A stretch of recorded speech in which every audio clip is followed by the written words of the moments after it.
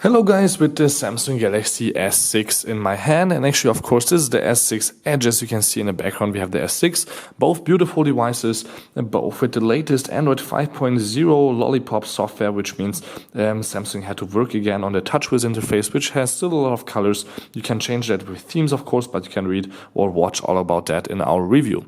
Now in this video we will show you more than 30 little tips and tricks and hidden features that are really handy on the device for everyday use, and I just love them. Like for example that you can double tap to open up the camera or triple tap to have direct access to a few features that you might love, like that you can go right away into the grayscale mode, or that you can use the magnifier window. So all about that here in my review or in my short tips and tricks video, where we will show you all kinds of neat features. Let's start with here on the Edge device with some basic things, like for example how to enable the night clock here on the side. And if you don't have it, or if it's not the time yet to show the night clock all the time, how to just show it by, for example, just swiping here up and down on the side. You can see now we have the time. Here it could also show the weather update, the battery, and the date. Now this is not going away till I don't press the off button usually, or we can set it up on how many minutes it should show as well. For example, that we have a text message here, and we can go back here to the news, where we can, for example, also here swipe so it can give us a little bit more information, or just goes here back into the place where I can unlock the device now with my fingerprint, where I can set up to 3 fingers to unlock it. And you can see I opened up the Yahoo News site by just pressing the screen. So you can see now we are back here on the home screen, which has 3 areas, not 4. Usually you will get when you go here even further left to the Flipboard area. I turn it off and it's quite easy. Just press and hold the home screen, and then you can see on the side Flipboard is off by just hitting here the little button on top to turn that on and off. I don't use Flipboard, so I don't want it. If you want to have it on, just leave it on. Basically it's usually always on. And if you're already here, let me show another feature which is quite new here, which is the screen grid. You can see we have right now 4x4 apps here on the home screen, which we could change. For example, if you hit the screen grid, let's do this again here, to 4x5 or 5x5. So you can see here we could have 5 apps here this way on the screen, or even 5x5 here this way, which would be quite handy if you have good eyes and you can read everything. So we can just use this one, for example, say apply, and then we have here 5 apps in a row, for example. And here on the bottom, of course, these stay always the same, of course, and there's now one more also here on the bottom, not like before. Let's move this back to 4x4 so I feel more comfortable. And now you can see one is gone actually, probably on the next side. Here we go, we can get that easily back by just drag and dropping. But on the bottom, as you can see, still 5 apps, which is quite interesting that that is not switching around.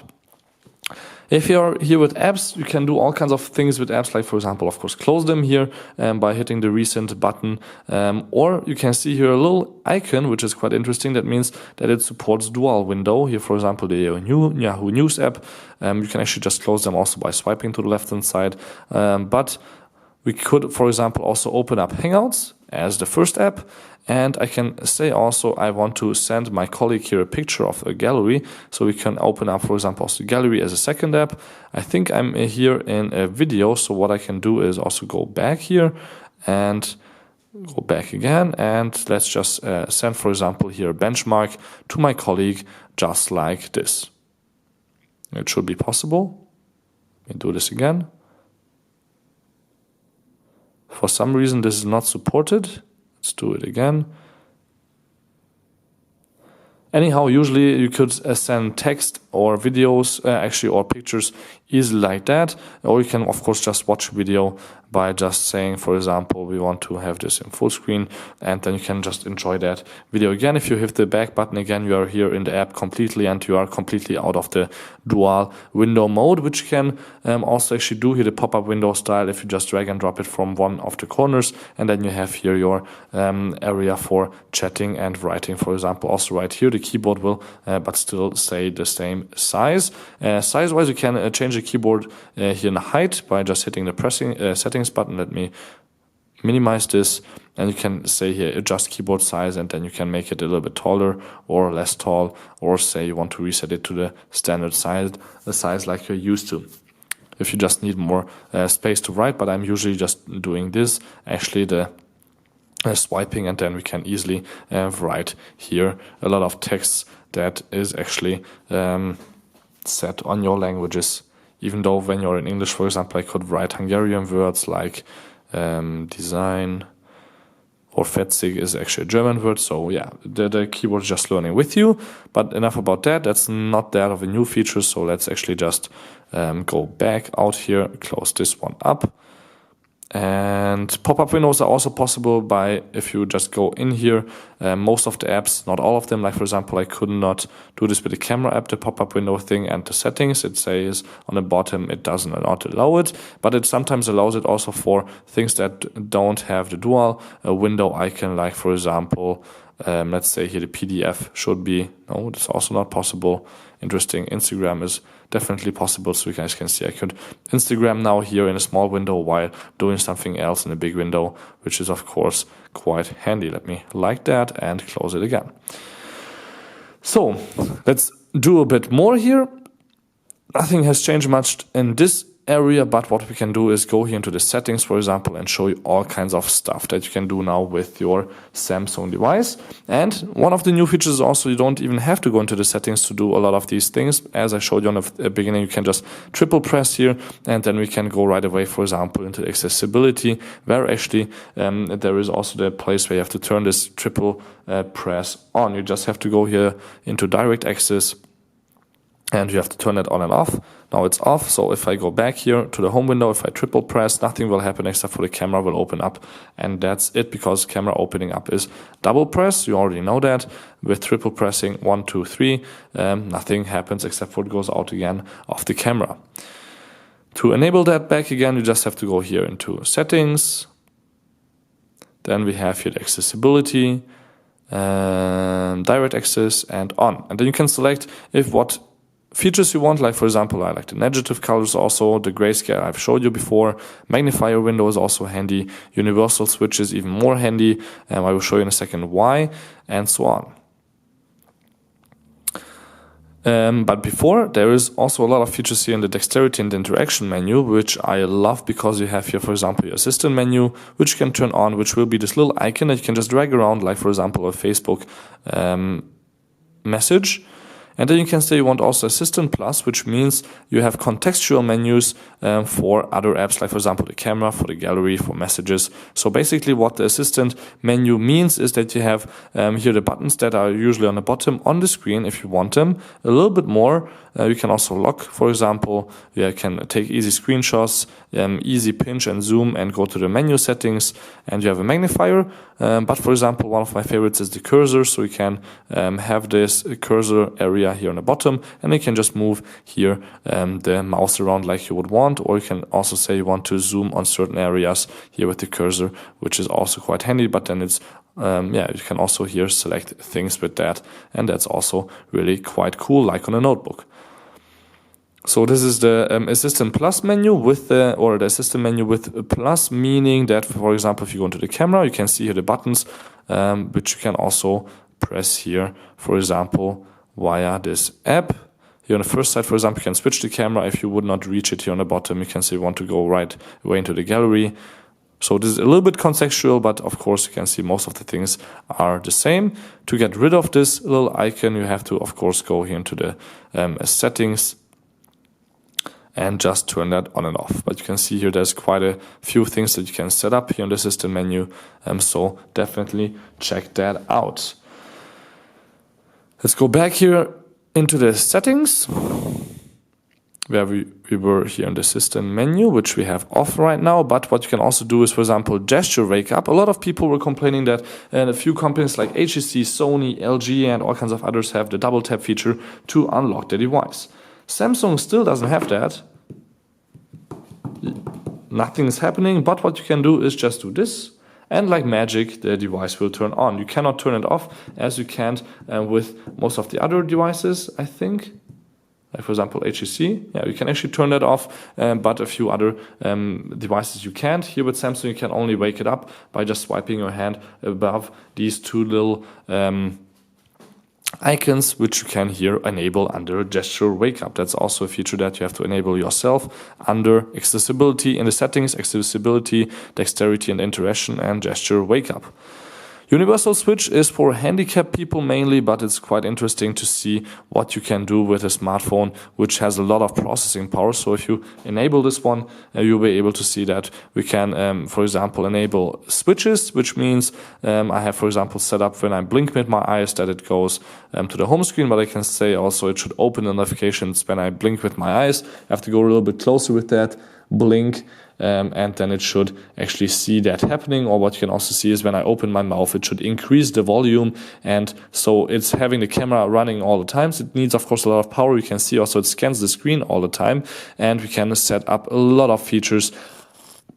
And now I just open my mouth to, for example, set up the volume a little bit more. So if I open it up again, yeah, you can see here it goes even further and further. So this is mostly for handicapped people, but you can toy around with this on your Samsung Galaxy S6 with all kinds of really interesting switches here for screen, accessories and camera, what should happen. So let me go back here, turn down the volume again, and turn off these smart switches or universal switches also, which we're able to see you can find again under accessibility and dexterity and interaction. So there's a lot more. For example, in hearing, one of my most interesting ones is still the Baby Cry Detector that was already in the S5 also built in. So if a baby cries, you can get a notification. It should be 1 meter close to the baby, and you can see there's all kinds of liabilities here listed. The baby should not be left in a house or building alone, even if you are monitoring the baby. Makes sense, of course. So if you confirm that, you can turn it on, and then you can see how that would work. So it's enabled right now. So if I would be crying, it would notify me. Otherwise, which is a little bit more interesting, maybe also is the doorbell detector. So I just leave my phone in the entrance area, and if I'm outside or somewhere where I won't hear the doorbell, this can also detect it. But once you confirm it, you have to actually record your doorbell, of course, first, so it knows how your doorbell sounds like. And then when it hears the same sound again, it will notify you, of course, with an alert. Actually, let me turn off the baby detector, because maybe somebody will cry in the background and then it will hear that. So these are just some of the features. There's a lot more, like for example that we can turn off the animations, for example this one, and other ones, so you have even more battery power because the processor needs less power. Then you just have to do that under settings, and once you go into about device and hit the build number 7 times, then the developer mode will turn on, which I already did before, and you can see it then right above here, the about device option, and you can set up all kinds of crazy things here that may be cool for you or maybe not that cool. And for example, you can show the touches, so this little icon there, or you can show exactly where the pointer is here with these little icons. But here for the animation, you just have to turn off the animation to completely animation off, transition animation off, animator duration scale off. And then most of the animations will be off on the phone, and the battery life should be even better. But what helps the battery life actually even more is using it in the grayscale mode, because of the screen needs less power then. Also here we still have again the heart rate monitor inside, which now has even more features. So if you go here into the S Health app, you can set up a few extra tiles here on the bottom. So not only to check your heart rate, but for example you can check your oxygen level in the blood, which you can see when I just type it on here. I had 96, which means I'm quite healthy here. I'm still 25, so I hope so. And then here on the bottom, you can also check your stress level. I'm not sure how it's doing that, but you can see it's medium right now. It's not low, it's not high. Yeah, I'm a little bit stressed because I have the S6 here and I have to test it. And you can also, of course, add a few other features, like for example, how many glasses of water you drank today. And then you can track your water usage and caffeine and all kinds of other things here in the S Health app. So again, Samsung added a few more software features here. We already showed you the assistant. What can also be a nice handy assistant is the MirrorLink Car Assistant. So when you're in the car and your car has MirrorLink, you just have to go into the More Connection settings and under MirrorLink, and then you can enable this one. Once you're connected to the car via USB, it will access here all the notifications and everything that you want to maybe show in the car also here over your Samsung Galaxy S6. So that's also, again, quite a nice feature.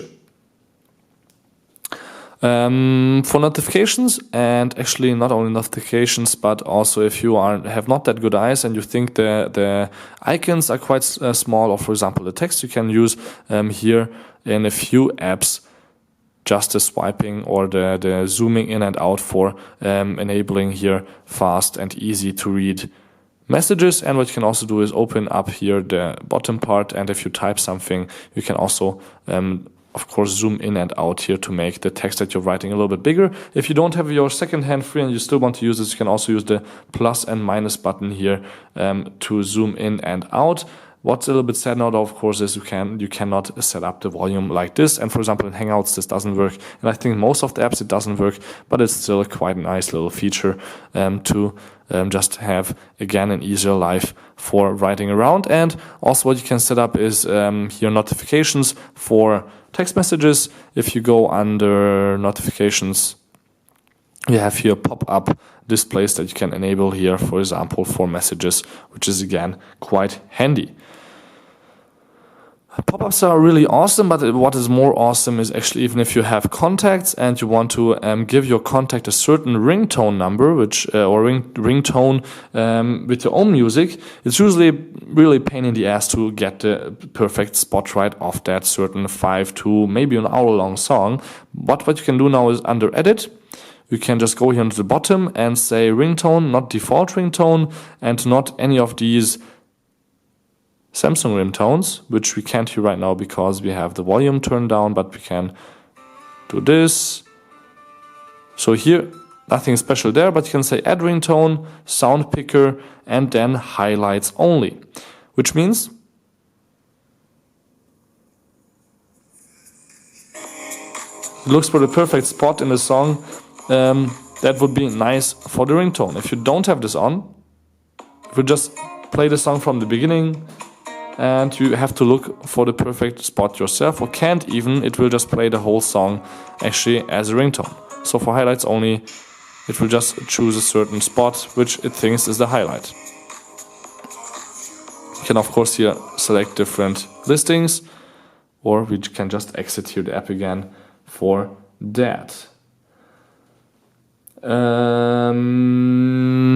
One of the most awesome features is, I'm sorry for the long pause, is the movie player. So if you have a lot of pictures or movies, actually we just want to talk about movies, like for example this one, we are looking here at the nice skyline, we can just hit play, and what I have done right now is actually selected here the MX player for example going back and forth here, volume up or display brightness. But actually the Samsung player does it also. You don't even have to download an app, and it does it even better in a few features, as you will see in a second. So if you have the video player, and let's see, we have here the nice panorama view of the ops. I'm sorry. Let's open it up again. Hit play. You can again here set the volume up and down on the left side, or the brightness here on the left, or the right, up and down.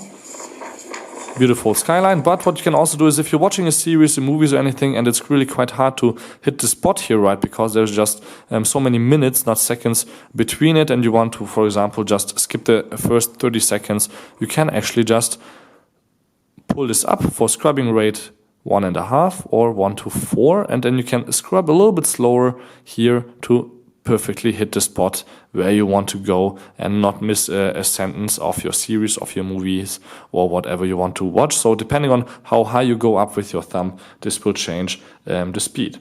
So this is quite handy, and of course you still have your pop-up movie option, so you guys can watch a movie while, for example, texting or doing anything else on your 5.1 inch really high resolution screen.